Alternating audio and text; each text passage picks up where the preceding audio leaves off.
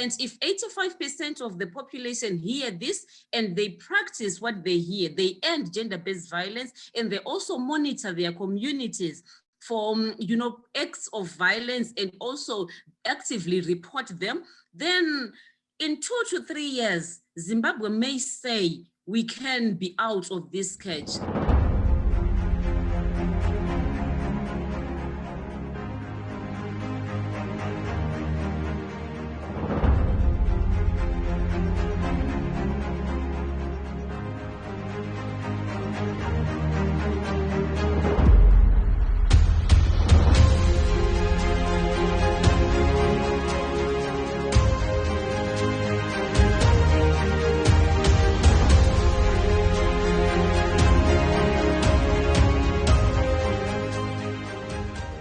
Zimbabwe, we are a very conservative society.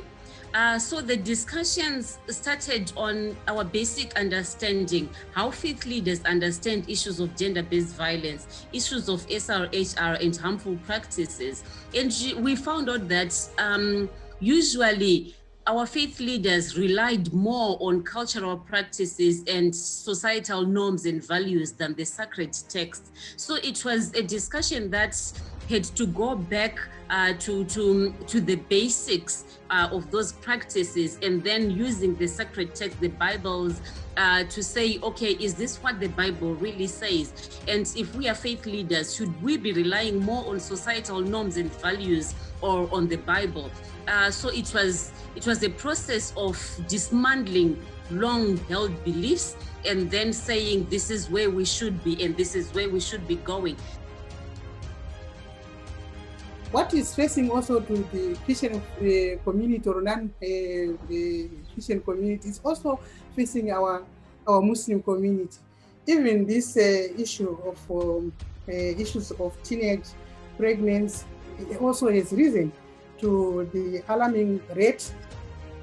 We enhanced our scope into gender issues, and we've found many ways of mainstreaming these gender issues into our daily sermons, gatherings, and we are even having future plans of training the Muslim imams within the Zimbabwean boundaries.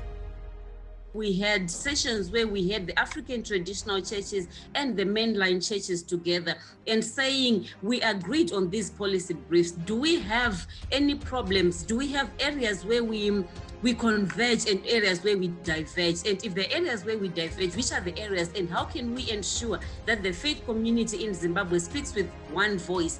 If we say genital mutilation is bad, there shouldn't be one sector that says no, it's justified. Gender-based violence is defined as such, and every member of every denomination in Zimbabwe should not only desist from gender-based violence, but should be responsible enough to identify when it's happening, when a woman or child is being violated, and do something about it. When we started sharing these policy briefs, we held trainings that we held with apostolic leaders. So the apostolic leaders were supposed to cascade within their communities as well. And now we also got to share our toll-free number. So we are receiving information on a daily basis of issues that are now being reported within the communities. Empowered people now are in a position to report if there's a child that has been sent in a child marriage, if there's anyone who's going through gender-based violence, if there's a child that has been raped or has been impregnated, even if it is within the church.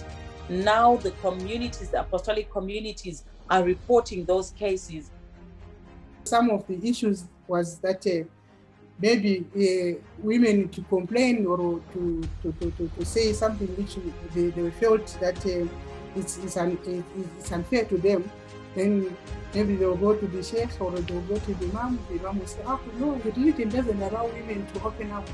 It's not good. They will lie through the religion. But we are saying they should follow what the religion says. We are saying that they should assist our community, our women, as what the religion says. They should have mercy. In Zimbabwe, we arguably say 85% of the population they belong to one faith or the other, with the Christian community, being the largest place of faith.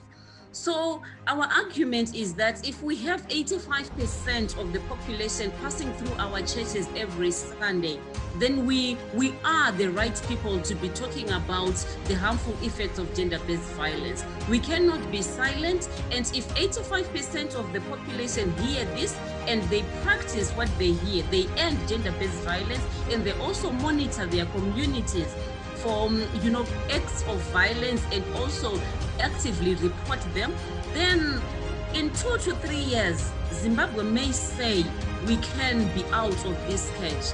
We can be in a space where we say gender-based violence is no longer a problem as it is now, by using the voice of the church,